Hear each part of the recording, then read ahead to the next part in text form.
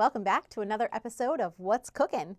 If you joined me last week, you might remember that we made some tasty homemade gazpacho. And today, we're going to make some tasty homemade guacamole after reading Holy Squawkamole by Susan Wood. Now, Holy Squawkamole is actually a twist on a classic tale of the Little Red Hen. I wonder, boys and girls, how many of you know this story of the Little Red Hen? I want to just quickly review with you the gist of it, what it's all about. The Little Red Hen lives with 3 friends, a dog, a cat, and a mouse. The cat likes to snooze all day long. He's a lazy cat.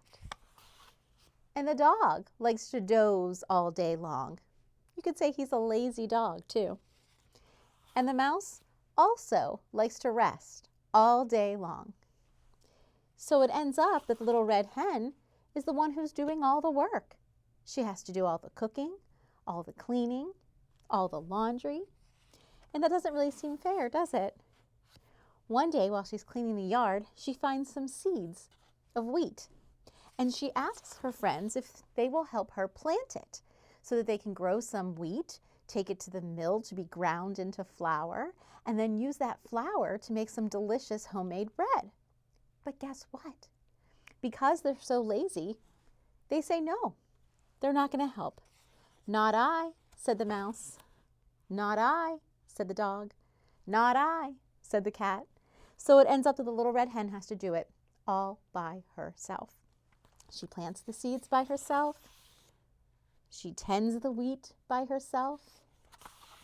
She takes it off to the mill all by herself. She does everything all by herself, even the cooking and the baking of the bread. But guess what?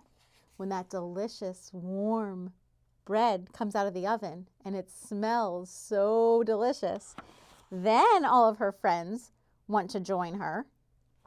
The cat smells something delicious.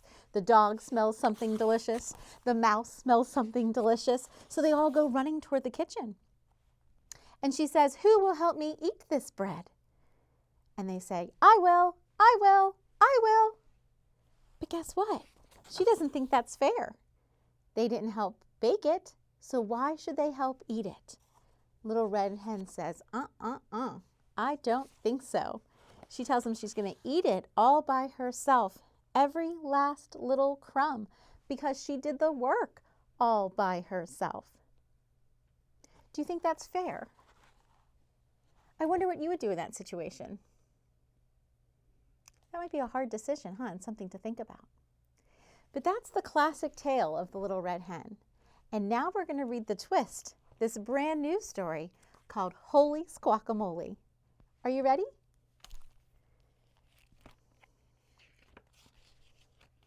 If you remember, when we made the gazpacho, reread Gazpacho for Nacho, and we learned that gazpacho is actually a Spanish dish, right? And so throughout that story, we learned some new Spanish words. Well, guacamole is also, it's actually a Mexican dish, first prepared by the Aztecs in Mexico. So in Mexico, they speak Spanish as well, and so we might learn some more Spanish vocabulary as we read this story. One day, Little Red Hen was hungry for guacamole. She looked around her cozy cucina. She had masa and cumin. She had beans and queso, but she didn't have any avocados. And there's no guacamole without avocados. That's the main ingredient in guacamole is avocados. So the Little Red Hen trotted to the avocado grove. And you can see, if you look closely, boys and girls, the avocados growing in the trees. "That's a tall tree, Cody. Will you help me gather avocados for my guacamole?" "Not I," snorted Cody. "I'm hanging out, but I'll help you eat it when it's done." Gallinita Roja. "Nothing beats a tasty guacamole." "Then I'll gather the avocados myself," said the Little Red Hen. And she did.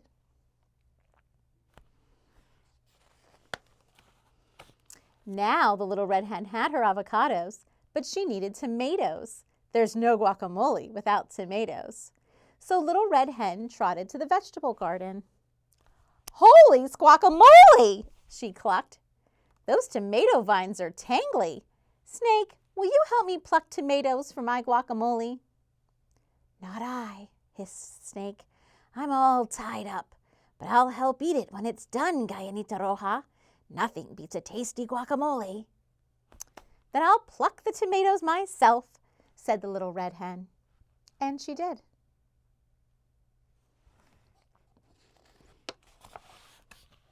Now Little Red Hen had her avocados and tomatoes, but she still needed onions. There's no guacamole without onions. So Little Red Hen trotted to the onion patch. Holy squacamole, she clucked. Those onions are buried so deep. Armadillo, will you help me dig onions for my guacamole? Not I, grunted Armadillo. I gotta jump, but I'll help eat it when it's done, Gallinita Roja. Nothing beats a tasty guacamole. Then I'll dig the onions myself, said the little red hen. And she did.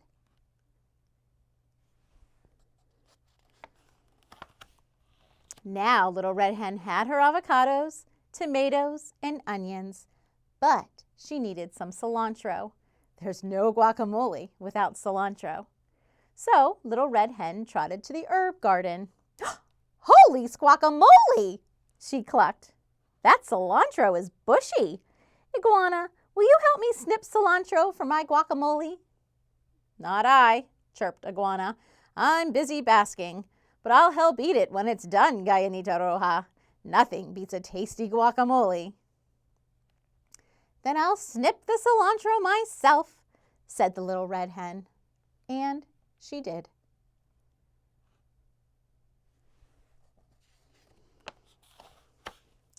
Now Little Red Hen had her avocados, tomatoes, onions, and cilantro, and she needed to mash and mix them. There's no guacamole without mashing and mixing. So Little Red Hen trotted back to her casa. Holy squacamole, she clucked. This molcajete is a lot of work. Who will help me mash and mix? So she had to get all the ingredients all by herself. Do you think her friends will help out with the mashing and the mixing part at least? Let's find out. Not I, hissed the snake. Not I, grunted Armadillo. Not I, snorted Cody. Not I, chirped Iguana. But we'll help eat it when it's done, Gallinita Roja, they said together. There nothing beats a tasty guacamole. Then I'll mash and mix it myself, said the little red hen, and she did.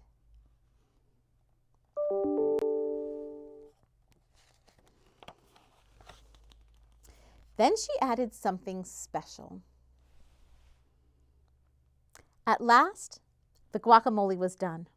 The avocados were creamy, the tomatoes were tangy, the onions were zesty, and the cilantro smelled heavenly. Holy squacamole, clucked the little red hen. That's a lot of guacamole. Who will help me eat this? Now I wonder if it's going to be the same as in the little red hen.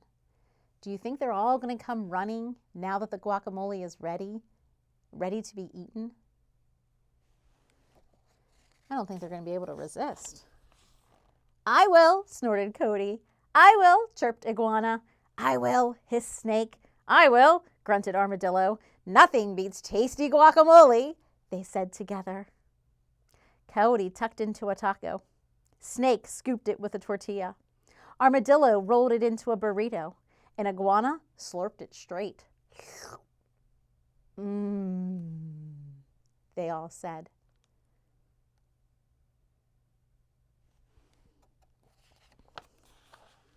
But suddenly they stopped chewing. They huffed and puffed. They winced and wheezed. They sweated and slobbered. What's going on, boys and girls? I think it might be that special ingredient that Little Red Hen added at the end. Do you remember? What do you think that special ingredient might have been? I think I have a guess. "Holy squawkamole!" they all hollered. "That's smoking hot guacamole." It's really hot, spicy hot, because I think Gallinita Roja, the little red hen, added some pepper, jalapeno pepper. Little Red Hen smiled. "Nothing beats a tasty guacamole," she chuckled. And together they ate every spicy bite. So she added that jalapeno pepper as a little bit of a surprise, maybe a little bit of a trick, maybe to teach her friends a lesson. What do you think? I don't know. In the back, boys and girls, it gives you the recipe for guacamole, and it teaches you some of those new Spanish words, Mexican words that we might have learned. Casa is the word for house, right? What else? Masa is a kind of flour that they use in Mexican cooking. A molcajete is a large stone bowl, and that's what she did the mashing and the mixing in. So this is a really cool book, I think, because I like the story and the illustrations, but I also like all the information that it gives you at the end. Now, I have to say, I think in this story, the little red hen was a little more kind. She was more generous in that she did share the guacamole at the end. Even if she did have a little trick to play on them, she still shared, and they all ate it together. Whereas in the first story, she decided not to share it at all. So that brings me back to the question, what would you do? What do you think is fair in that situation? What do you think? I don't know. Something to talk about maybe with your family and your friends. At any rate, I hope you enjoyed that story, boys and girls, and I hope you are now ready to learn how to make some tasty guacamole. Okay, everyone, so we're back here in our makeshift kitchen here at the BPTV studios, and I have all the ingredients that we're going to need to make our own tasty guacamole. And like I said, that very first ingredient is, of course, the avocado. Have you ever seen an avocado before? It's not smooth. It has this funny, bumpy skin, right? It kind of reminds me of like a lizard skin, actually. But it is tasty and delicious, and it's very healthy for us in the inside. So we're going to start with the avocado first, and I want to teach you a little trick of how to slice the avocado, because this can be tricky at first. And you do want to, of course, have mom or dad or grown-ups help for this part. But if you take a knife and you slice it down the center of the guacamole, of the avocado, until you hit the seed, and then start to turn your avocado around in your hand. Notice the position of my knife isn't moving. I'm just rotating that avocado. And you do that and then give it a little twist, it breaks right in half. So that's an easy way to cut the avocado. Then you can see the large seed in the middle. Usually will just pop right out for you. So of course it's not today. Of course it helps too, the riper the avocado, the easier this will slide out. Sometimes you might need a few kitchen utensils. Okay, we're going to work on that seed, but we're going to go ahead and take the avocado out of the other half here. You can see how perfect that looks, right? To get it out for your guacamole, because of course you don't want that bumpy skin part, you just want the creamy green soft inside, you're just going to take a spoon and gently spoon it out. Try to get all of it if you can so we don't waste any of the avocado. Really scrape in there until all you have is that empty shell or the empty half skin. Okay, then you're going to go ahead and set that aside. And of course, do the same thing with the other half. And this seed is being stubborn. I don't know why. So we're just going to have to work around it, boys and girls. How about that? We'll work around that pit in the middle, getting out as much of the creamy green goodness as we can. Now, avocados are probably most known for making this guacamole, right? But there are lots of other ways to eat avocado too. I like to put avocado slices on my hamburger, believe it or not. You can use it as a dip for chips, of course, like the guacamole that you're making. But you could also put it on your toast with eggs and avocado toast. That's a delicious treat, right? Or you can even put it on top of, like put a scoop on top of your rice or your taco. So there's lots of different ways to eat an avocado, not just in guacamole. All right, let's try this again. I'm slicing down the center until I hit that seed. And then I'm gonna rotate my avocado all the way around, give it a little twist, and then get ready to scoop.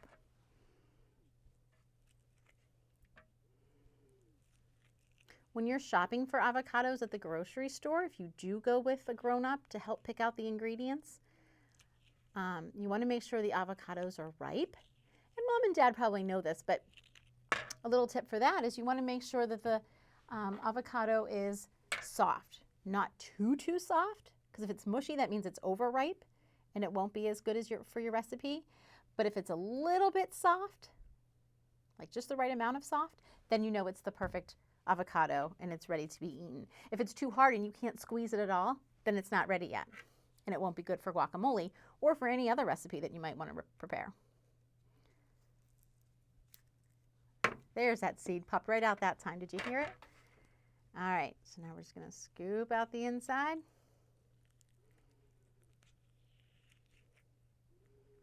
Again, getting every last bit until you have the empty shell.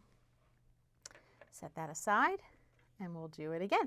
I think the recipe calls for 4 or 5 avocados, but again, it depends on how much you want to make. So I think I have 5 with me here today. So I'm going to go ahead and cut and scoop all 5. Boy, that one worked perfectly, didn't it? Easy peasy, avocado squeezy. Sometimes I think it was like iguana in the book. Sometimes I do just what iguana did, and I eat the guacamole plain. I just eat it with a spoon, right out of a bowl. And like I said earlier, not only are they delicious, but they are extremely good for us too. All right, how many more do I have? 1, 2. Oh, I actually have 3 more. Boy, if there was a color scheme for today's dish, what would it be, my friends? Check it out. The avocados are green, dark green, of course. My cilantro that we're going to get to in a bit is green. The jalapeno spicy pepper is green. And we have to add lime, which is green too. The only thing that's not green that's going in our recipe today is, of course, the onion. I just now noticed that. All right, this one isn't as ripe. I can already feel it. I'm going to go ahead and try to use it. Slice it down to the seed. Start to turn. Knife down. Give it a twist. For the sake of time, I'm just going to work around that seed too. I'm not going to try to mess with it. I'm just going to go all the way around. Oh, there it goes. I'm actually going to leave that seed in there, boys and girls, right in the bowl, and I'll tell you why in just a couple minutes. All right, here we go again. Well, at least you get lots of practice doing this little trick, huh? All the way around. That time I didn't even have to twist. Kind of cracked right open for me. Make sure you don't get any of the stems in there. If you do, just scoop it right out. But you want to be careful that nothing goes in there that's not supposed to be in there. Boop. There we go.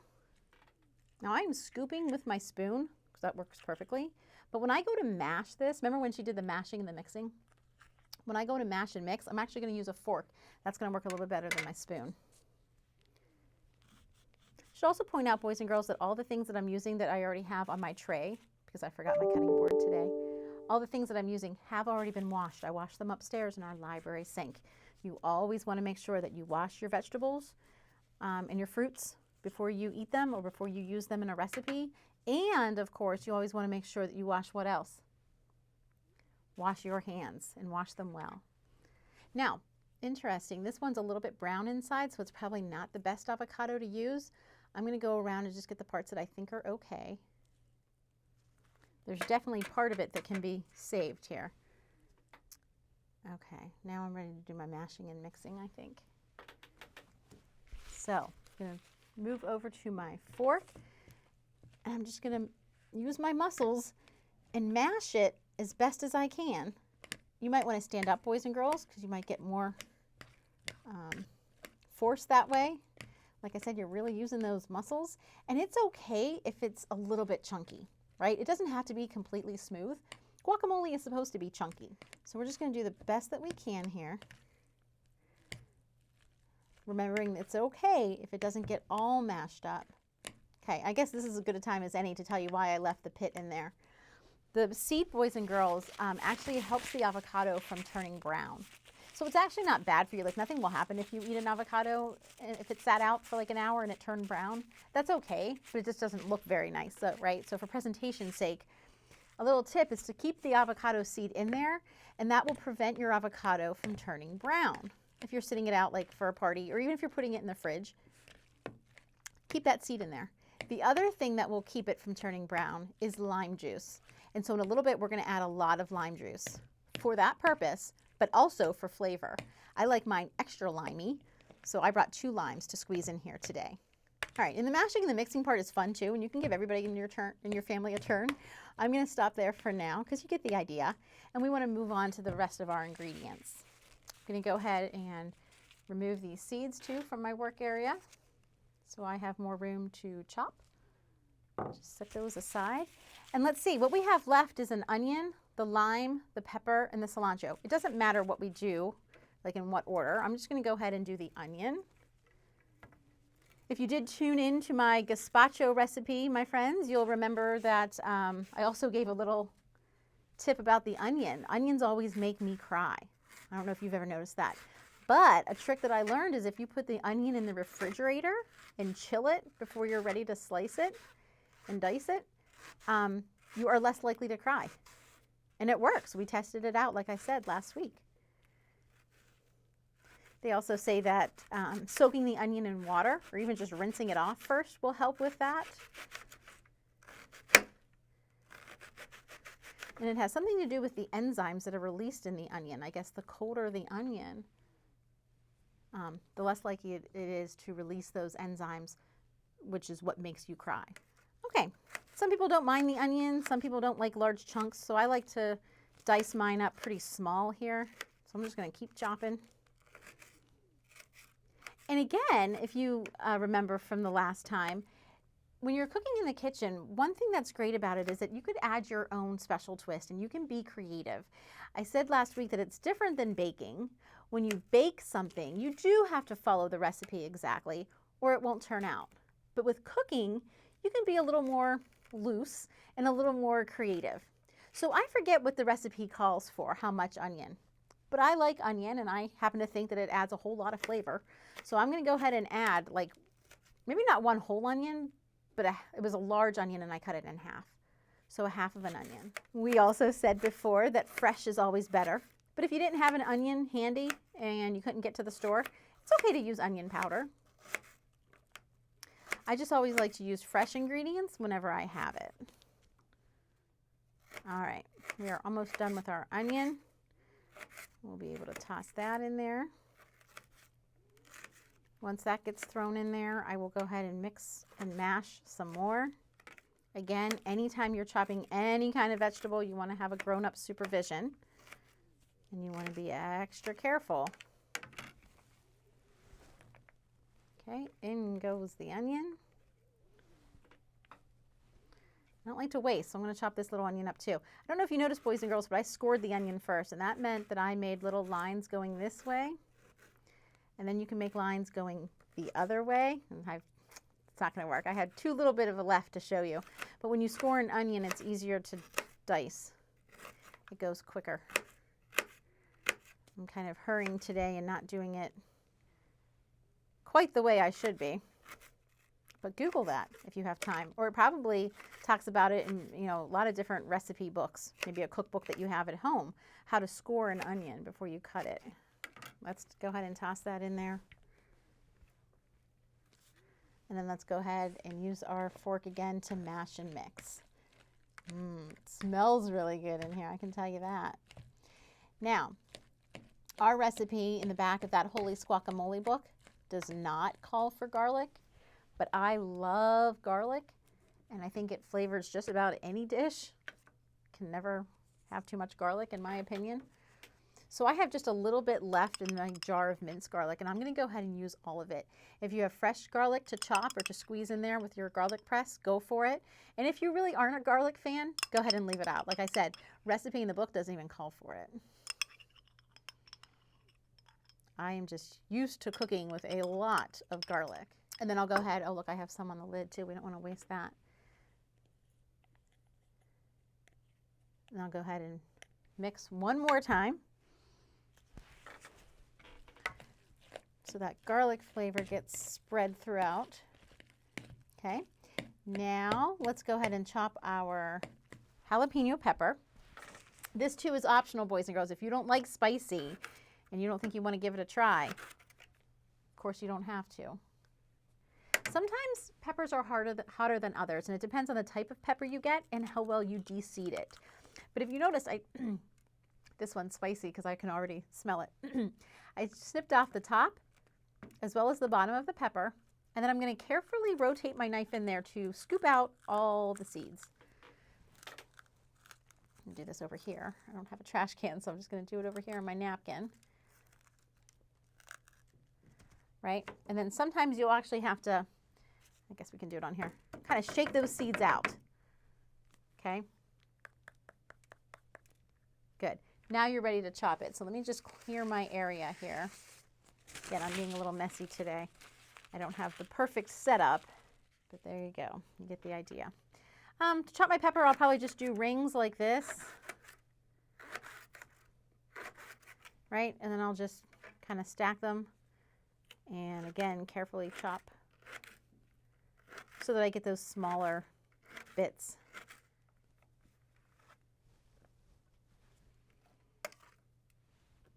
Missy Lane doesn't mind the spicy, so I'm putting this whole pepper in.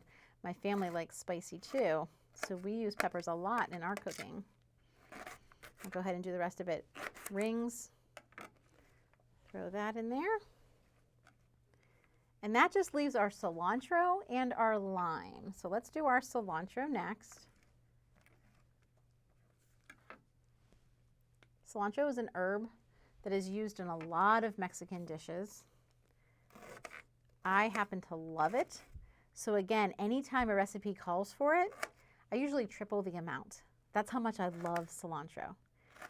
And out of anything, boys and girls, out of all the ingredients, that's probably what's going to add the most flavor, right? You can add a little bit of garlic, your salt, your pepper, but what really is flavoring your guacamole is that cilantro. So add as much as you'd like. And before I do my cilantro, I don't like to put the stems in, although there's really nothing wrong with the stems. So I kind of just pull down to get those leaves off, right? And then I throw the stems away. If you pull downwards, turn it upside down, you pull downwards, they come right off. Cilantro looks like a lot like parsley at the grocery store, so you want to be careful when you're choosing it, boys and girls, to make sure you look at the label or you smell it, because it definitely smells different than parsley, but it looks very much the same. Okay, once you have the stems off, and again, you don't have to get all of it off, but I like to get the majority of the stems out of the way. Once you have those stems removed, kind of just fold up the leaves and just chop those leaves. If you have a pair of kitchen scissors, you can certainly use those. That'll save time. Toss that in there. Again, I'm noticing all that green, huh? We're making a green dish today. I know some people who actually have cilantro going out in their summertime garden. So this is a plant that you can try growing your own. I'm noticing some leaves got bigger. Again, it really doesn't matter. I'm just being particular and trying to get them pretty small. For the sake of time, I am going to use all of this cilantro. Believe it or not, boys and girls, this will all go into my guacamole recipe. But for the sake of time today, I'm just going to stop there just to show you. I'm going to mix and mash one more time, and then I'm going to squeeze in those limes. And that's our last part, that and the salt and pepper. So let's do it. Let's go ahead and slice our lime right down the center and squeeze the entire thing in. You can get those seeds out. Go ahead and pick those seeds out so you don't get seeds in your guacamole. If you want to save your lime, sometimes I save this and I put it in my water and it flavors my ice water. I do that with lemons too. Remember I said I like mine extra limey? That's why I'm putting so much in, but it will also stop it from turning brown. That's probably good, but since I have a second lime, I'll go ahead and use it. Slice it right down the middle and squeeze. I think the best part, I mean, I have fun in the kitchen. I love cooking, but I really think the best part is sharing it with family and friends. So again, boys and girls, if you try this recipe at home and you and your family enjoy it, or even if you don't enjoy it, shoot me an email and let me know. Take a picture of yourself cooking the recipe together and send that to me too. I would love to share that on our Facebook page, our Instagram page, even the library's website.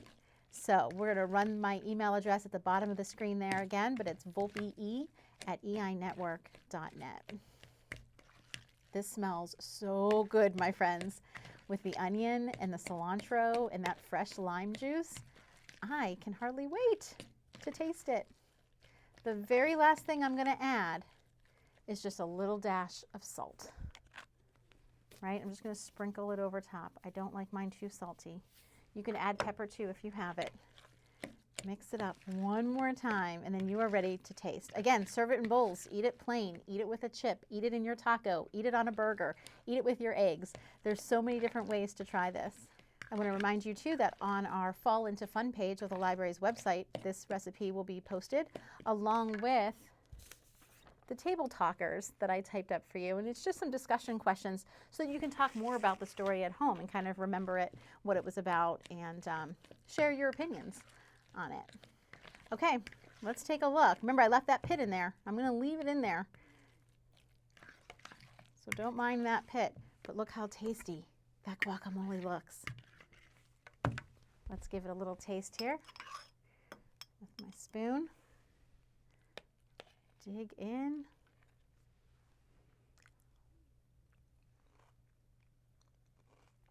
Holy guacamole, boys and girls. That is muy delicioso. I hope you enjoy it too. Thanks for joining me for What's Cooking, and I'll see you again next week for a new book and a new recipe to share. Take care.